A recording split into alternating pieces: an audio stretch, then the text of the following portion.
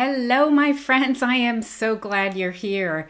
We are going to be speaking with somebody who I so admire, Caroline Onyedema. She is here now. Let's see. Let me go ahead and add her to the screen. Hello there. Hey, how are you? I'm so glad you're here. I can't wait to talk about everything related to social media and stories. I'm very excited to be able to share you with the audience.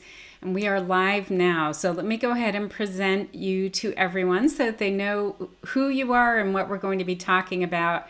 Caroline Onyedema is a messaging maven and the creator of Sold with Stories, which we are going to do a deep dive into today. Caroline helps ambitious coaches, consultants, and course creators to turn their message into multiple six figures. And she guides people to design and deliver scalable signature offers that help them to hit seven figures faster. And she is on a mission, get this, to help people in the online space to become ridiculously, rebelliously, and righteously rich. And she knows how to rock some alliteration. So I am really glad you're here, Caroline. Welcome Mhm. to the Online Business Expert Series. Thank you for having me, Pamela. Excited to be here. I am really excited to be here. And you do not have a marketing degree. So tell us a little bit about your background because that was one of the things I thought was so interesting when I met you. Great, yeah. Well, I come from a software engineering background. I was a software engineer for nearly 20 years, a software engineer, a business analyst, and a software architect. So for Fortune 500s, designing and implementing their systems, but that often meant going back and forth and talking to people. So I wasn't the person who was quintessentially behind the keyboard. I was really the go between the technical team and the business team, and so that's where I get my story acumen from. So you had to use stories basically so that you could communicate between those different types of people, it sounds like. Absolutely. So yeah, leading edge tech. I'm talking about enterprise tech. Is very. We have our own language, and what happens in that instance is that we need to communicate that language to people who are non-techies, the marketing department, the sales department, the senior VPs. They have to be able to communicate and they have to understand exactly what we're doing. So that's fine for me because I'm very technical. But when we used to go to town halls or conferences or just talking to anybody in a departmental meeting, stories and analogies and breaking down things was really helpful and helped the team to be, on the same page. So yes, we use stories everywhere. It's an amazing form of communication. It is an amazing form of communication, and you are so good at teaching it. So, we're going to dig into that today. I sent an email to my list to invite them to this live presentation, and there are some people here live who are looking forward to hearing from you. And yeah, and Mm-hmm.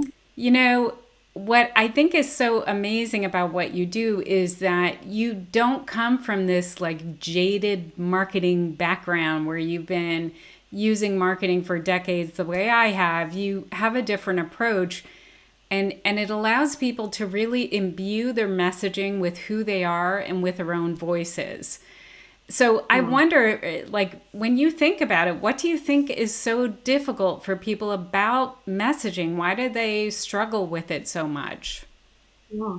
Well, I think that we've bought into a lot of tropes and cliches that have been embedded in the market based on the old way of doing business, the kind of Wolf of Wall Street way of doing business. And we know, especially and right now, that women are the fastest rising group of business owners, right? The floodgates have been open, the doors are open, and we all have an opportunity to be amazing online. And especially when it comes to women in selling, there's some feminine kind of traits that come into play, right? And I always, you know, women are all great at storytelling. It's not something that we have to learn. It's something that we just have, right? You know, like we used to talk over the garden fence. Did you hear what happened to, right? We're great at storytelling and we tell stories every day, right? And so we should just tap into those innate talents that we have and stop trying to follow these very antiquated formulas that don't work so well now. So we understand the principle. Once you understand the principle, the application of the principle is flexible. And that's what I'm doing with Sold with Stories. Yes, the psychology is there, but how you apply that psychology can evolve with time. And we don't have to be stuck in ways that do not serve us well or are not in alignment with our personality when we put ourselves out there on that. Yeah, absolutely. Yeah. It's so interesting because you and I have spoken separately about this, and you have a structure that you teach within the course. And I told you, my background is I'm Scandinavian and we're very like reserved and don't share a lot about how we feel in public. So it does not come naturally to me to share in this way. And yet I found the structures in your course to be so helpful.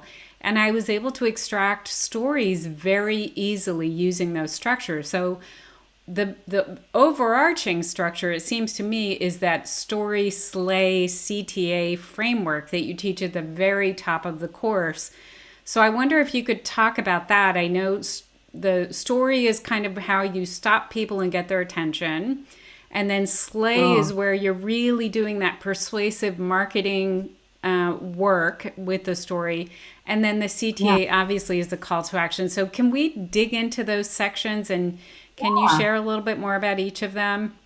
Okay, yeah. So it's the Story Slay CTA framework, and storytelling is it's been around since Adam and Eve, right? So there's lots of resources out there for storytelling. But I learned that a lot of people online, especially if they're not marketers, they need a formula or need a framework. And I say frameworks take away the lame work, right? So we need a framework to guide us. And a lot of people are saying, I'm analytical, I'm type A. And I was like, oh, well, I do frameworks all the time. I used to be a software engineer. Frameworks are all I got over here. So we created that. And really, it's a story sandwich, right? In that we need basically a hook. So that's the captivator, and that's in the story section. So the story section has a few different milestones there, but the main thing is I want someone to take stock of the story. And a lot of content is out there on social media. We're still messaging, right? But what we want is we want people to actually consume the message. So we need a mechanism, and that's where you have the activator in the story section. And then in the middle of the story is the meat of the story, and it's the persuasion. So almost like a story sandwich, the first slice of bread is the activator. So it is the captivator. And then we have some good stuff in the middle, right? So obviously I'm English by birth and being raised there. And one thing I found when I came to America is that sandwiches would just have so much more meat in the middle, right? All of these layers, and I'd be used to just one thin slice of ham. And I came here and they said, "Do you want a whole dude?" It was like they wrapped half a pound of meat. And, well, that's what the meat of the story is. That's where you get the persuasion. That's where you get the epiphanies. That's where you get all the good stuff, which slays. And that's why it slays, because these stories are not just Jack and Ori story time. They're designed to disarm limiting beliefs, change identity, put forward your point of view, all that good stuff, which is, the good old stuff that copywriters know they have to do to get a conversion. So that's where all the conversion stuff happens. And that's why this is still a substantial and a very psychological way of messaging. It's not frivolous, even though we're telling stories. There still has to be some marketing in the middle. And then the last slice of bread, after we've got all that amazing filler and all the lettuce and tomatoes and all that great stuff, is the activator. So we want to push people to do stuff. And usually when people write stories online, they're not intentional with what they want a person to do. And they usually say, well, hey, they sign off. Or if they ask for a call to action, they don't know how to structure that call to action. So a call to action can be a call to enroll, to inquire, or to engage. It doesn't just have to be buy my stuff. And there's a time and place for each one. Sometimes we just want people to engage, and so that helps people who don't want to come across salesy and selling on every story, because sometimes I say just ask a question and engage, right? So you got it all there. ask them to engage. Exactly. Yeah. And what it, Who are a bit more confident on the selling in this with the selling. Go ahead. So I think the bandwidth dropped that's all out right. there. That's But okay. yeah, So that's it. yeah, what I love about the middle section, you say that that's where the marketing happens and the persuasion and all of that. But, and that's like the meat of the sandwich, right? But it doesn't feel like marketing. That's the amazing thing about the way you teach this is that you're just pulling people along in this story that is really interesting. It's full of observations about how things are working right now. It's very much like imbued with with the writer's personality. So you feel like you're really connecting with them. So, yes, it's marketing, but it does not feel like marketing. And that's what I thought was so magic about how you teach this. Well, we don't want to white knuckle our way through marketing, and a lot of people do. And then when business doesn't feel amazing, you don't do it as consistently as you should. So we want to get away from that kind of traumatic way of pushing yourself through business, and we want to overcome resistance. And I feel every business person on their journey deserves to be seen and heard. And we usually think it's just the ideal client that we have to pander to, but we're people too, right? So we need to get our authentic voice out there. We want people to see our personality, whether you're an extrovert or an introvert, it doesn't matter, right? We want people to understand us. Everybody wants to be understood. And it also helps you to attract those people you want to work with. And those who are not for you will be able to see that in your content. And they'll continue to read, but they'll be like, I don't want to work with her, which is fine, right? But there'll be no surprises when they do. And we don't want anyone to feel blindsided, especially when we work in close proximity with our clients. So yeah, it's a win-win for everybody. It's a more authentic way of messaging, because even though it's called Sold with Stories, it is really a define and refine your messaging process. And that's the most important thing. Most people online are not clear about their message, and that makes it very hard for them to create content or even create an offer that really solves their ideal client's problem. So this gets them, it's kind of like a spoonful of sugar way to get them to message, and they don't really know their messaging until they're finished. And they're like, oh, wow, that was it. Yeah. Oh, that's what I'm That's, about. Yeah, I love it. And, one of the things I shared with you is that I have used the stories that I created in the course to create blog posts and videos and emails. And it just pulls out information in a way that is really interesting and useful on so many different platforms, not just social media. sure, most definitely. Don't we just want business to be a little bit easier, especially as solopreneurs? We tend to do a lot, right? But, we do everything. We wear all the hats in our business. So in terms of messaging, consistency is key. And so if we have a mechanism to make consistency easier, we're going to do so much better in our business. And it shows that we don't really have to embody the old way of marketing if it doesn't align with our personalities. There's so many different ways to build your business. Right, absolutely. And that actually leads me into something I want to. One of the things I found myself doing as I worked my way through the course was I took so many notes. I have this Evernote document that's full of notes. And one of the things that you said in one of the videos was, it's better, I think you said this more than once, it's better to be basically consistent than rarely excellent. Which I loved. It was like, oh my gosh, that's so good. Yeah. So I, Mhm. wrote that one down. And the way you teach this is you have people craft 30 stories in 30 days. And what Oh, you say is it's okay if you skip a day. You don't actually need to create all 30. But mhm. what you're trying to get people to do is to just continuously show up so that they can kind of hone their storytelling abilities and also just their comfort level and all of that. So talk to us a little bit about why it is better to be basically consistent rather than rarely excellent. Sure. Yeah, a lot of us are excellent, but we can't be excellent every day, right? I don't know. It's hard to be excellent every day. But I say this to my kids as well. If you just give me a little bit often, right, it's going to compound. And so we take that principle into business, because the perfectionist usually rears its ugly head in my people trying to go, and then they ended up not doing much. And so we want to get away from these mindset monsters that eat up our business, because we're all people. And I always understand in coaching, we're in the business of coaching people, and people are going to do people things. We're going to do human things. And so the program is designed so even if you did about 20 to 30%, that whole Pareto principle, you'll get a result, right? Yes, it'd be amazing if you could do 30 and it will serve you well throughout the lifespan of your business because you use that content all over. But if you can just do 20%, you'll be great. And I just liken it to my workout journey, right? Recently, I've been doing strength training. On the first day, I couldn't even do a press up, a push up. I was absolutely terrible at it.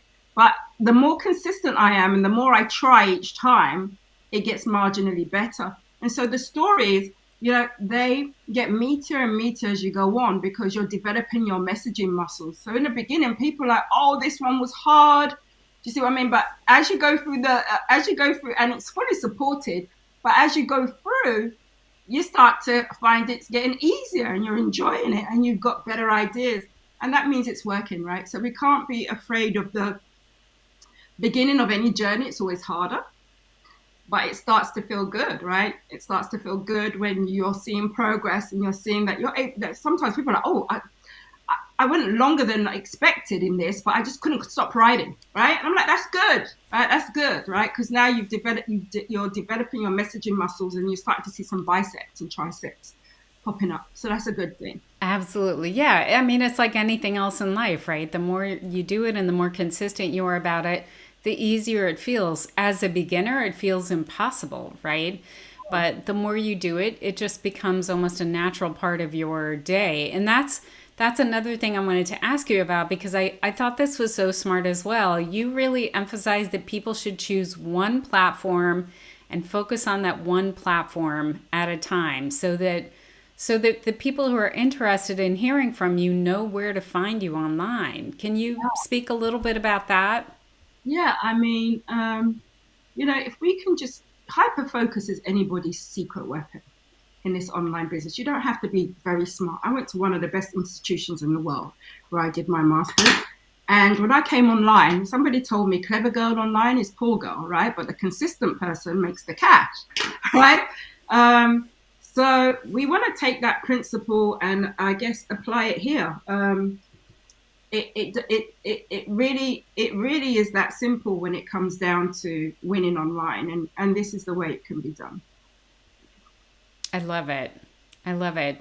So, another thing, I don't know how deep you want to get into this, but you have this other framework that you teach within the course called the emotional Yeah, story circle process. sure, sure. And it is circumstance, inner voice, root cause of the thought, conscious emotion, leading action, epiphany. I mean, it's like super detailed. And I Yeah, don't know how much you want to go into each of those, but maybe you could pick out one or two that you could talk about sure. because it's just such an interesting way to think about how to structure a story so that it kind of hits people on all different levels. Can you speak to a couple of Sure. those? Yeah, it makes a difference between a storyteller and a compelling storyteller, right? So if you've got I don't know if you've ever had a friend that whenever she tells a story, it's really juicy, right? You really get into it. And this is the very reason that somebody can watch a movie for 2.5 hours, but they can't sit still and watch a 15-minute webinar. One is compelling and captivating. The other one is, vanilla, boring, and and informational. And so I found that when a lot of people were writing their stories, they didn't really put any emotion into it. And especially when it comes to high ticket sales, it's the emotion that opens people's wallets. It's the emotion that creates a bond. You need to paint a visual picture that they can see themselves in. And so, there's nothing new under the sun. I went to psychological principles. I went to CBT, cognitive behavioral therapy. It's tried and proven and tested. I didn't come up with it, but you see that when you can follow somebody's thought process, their psychological thought process, and you can embed that into a story, it really is going to feel like you are their life in motion, and everyone can relate to those things. If you don't do that, you're telling very vanilla, very mechanical stories that don't. With everything, there's always a circumstance that comes up, but the circumstance brings in a thought. Whenever we're told to do something or in a situation, there's a voice that we hear on the inside that gives us direction.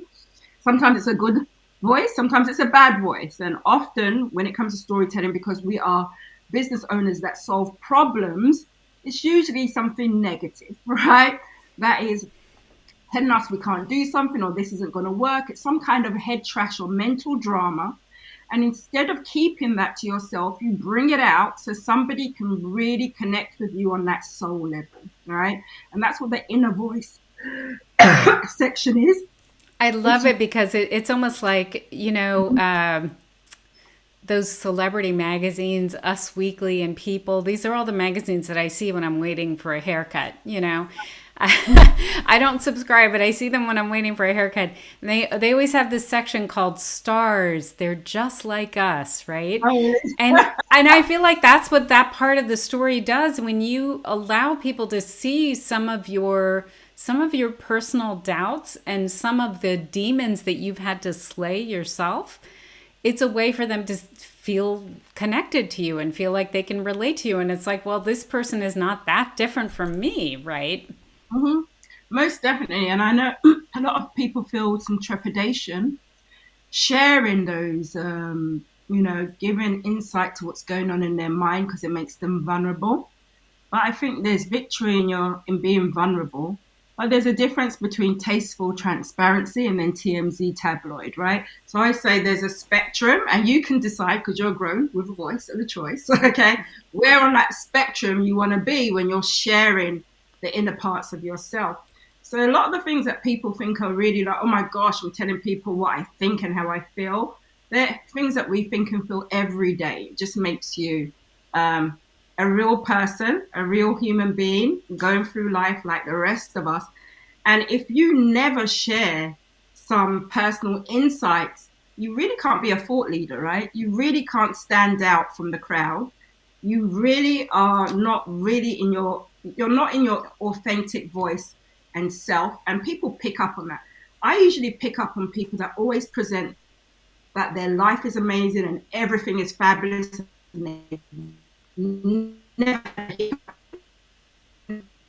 And sometimes I'm like, must be nice. Okay.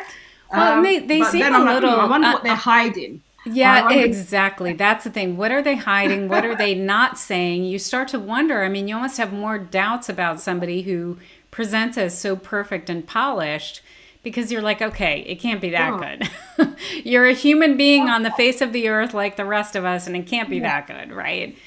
I So love that. But you, that's what I thought was so fascinating because honestly, I had not figured out a place to be on that spectrum oh, between, showing your thoughts and then going, revealing way too much because that's also super uncomfortable when somebody overshares. You're like, oh, oh no, I didn't really want to know that about you, So oh, there's this like sweet spot, and I could not figure out where to hit on that. And the interesting mhm, thing is that when I was going through the course in July of this year and, really posting very consistently, I had people who are good friends who really know me well saying things like, there you are. Now you're yeah, talking, because it was like, I was talking about what was on my mind, right? And so people really connected with that. And it was such a beautiful thing. And I'm still using some of those posts and reusing some of your prompts to create new content. So they just help you to kind of yeah. tap into that sweet spot, I think, which is hard to find. So we do have a couple of questions. Are you okay to answer some questions?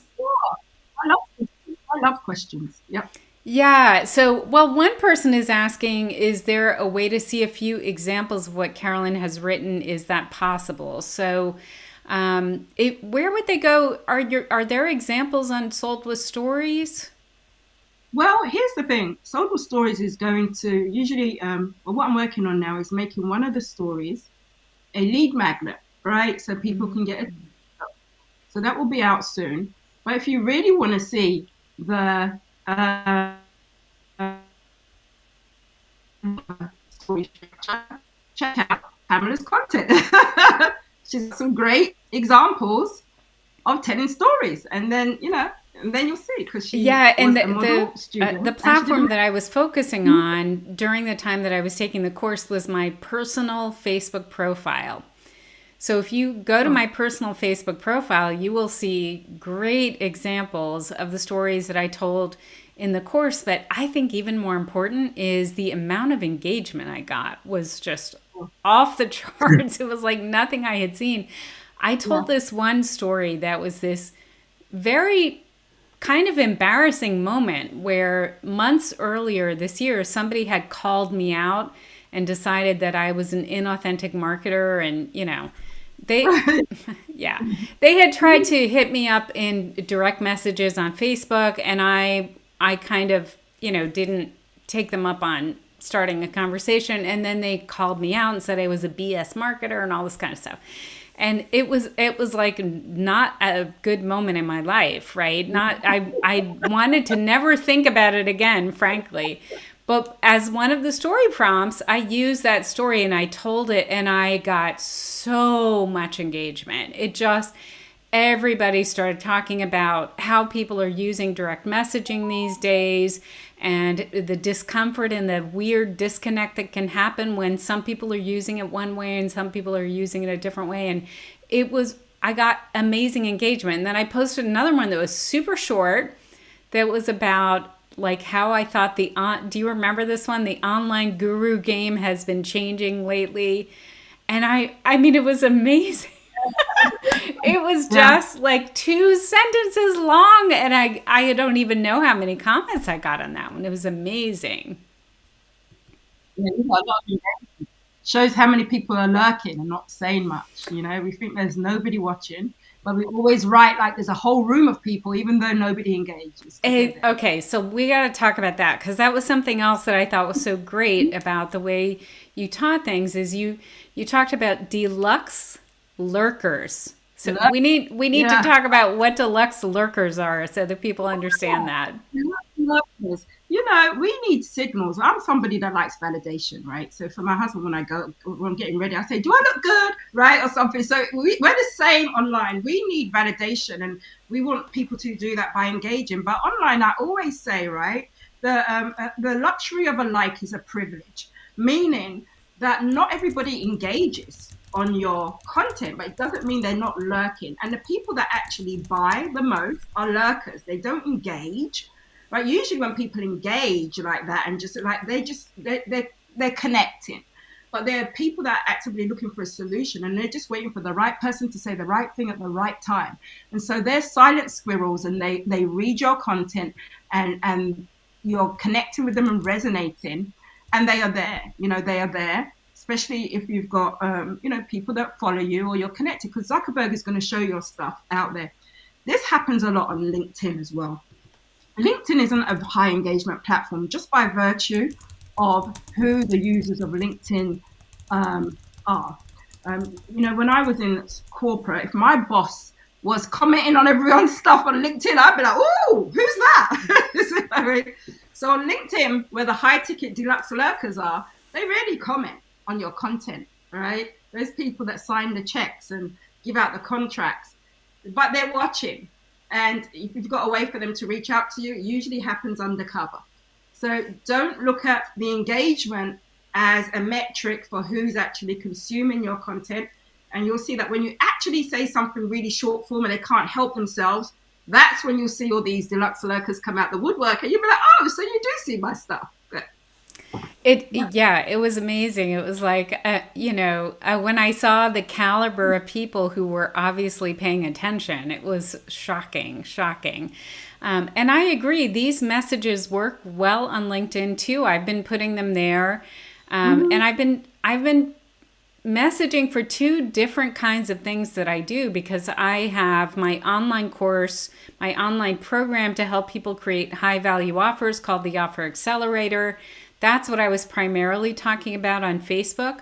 On LinkedIn, I tend to talk about topics that are more related to my consulting. I do corporate consulting as well.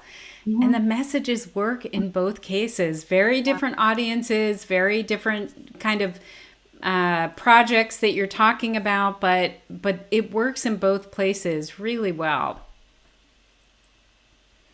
I did post my Facebook profile in the chat, so if anyone wants to check that out and see some of the stories there, that's a great place to see them. So, what is the best place for people to learn more about what you do and to find you online, Caroline? Okay, well, you can go to soldwithstories.com and sign up for the wait list if you're interested. My business is called Ideal Clients Daily. I help people craft their messaging, design a signature offer, and figure out what the best launch process is for you, whether you're evergreen or someone that needs to be launching, to hit multiple six figures in your business. And we know the road to $1 million starts with your message. And the first step is sold with stories to get that message defined and refined. So, yes, and then you can find me on Facebook under Caroline Onyedema. And my business page there is Ideal Clients Daily. On Instagram, I'm Ideal Clients Daily. On LinkedIn, I'm Caroline Onyedema. On LinkedIn, I talk more about enterprise tech and all that great stuff because I'm still a techie at heart. And don't be a stranger. Come and say hi, right? Let's have fun with our messaging and let's make business, enjoyable. I love it. Caroline Onyedema, you are helping people to share their stories in their own voices, and you're helping them to make themselves endearing to their prospects, which I think is so important, and Oh, to create content that really helps you to find people who are kind of in alignment with the way that you move through the world. And it's really amazing. So I just want to thank you for joining me for the Online Business Expert series. I really appreciate you being here. thank you for having me. It's been a pleasure. Take care. Bye bye.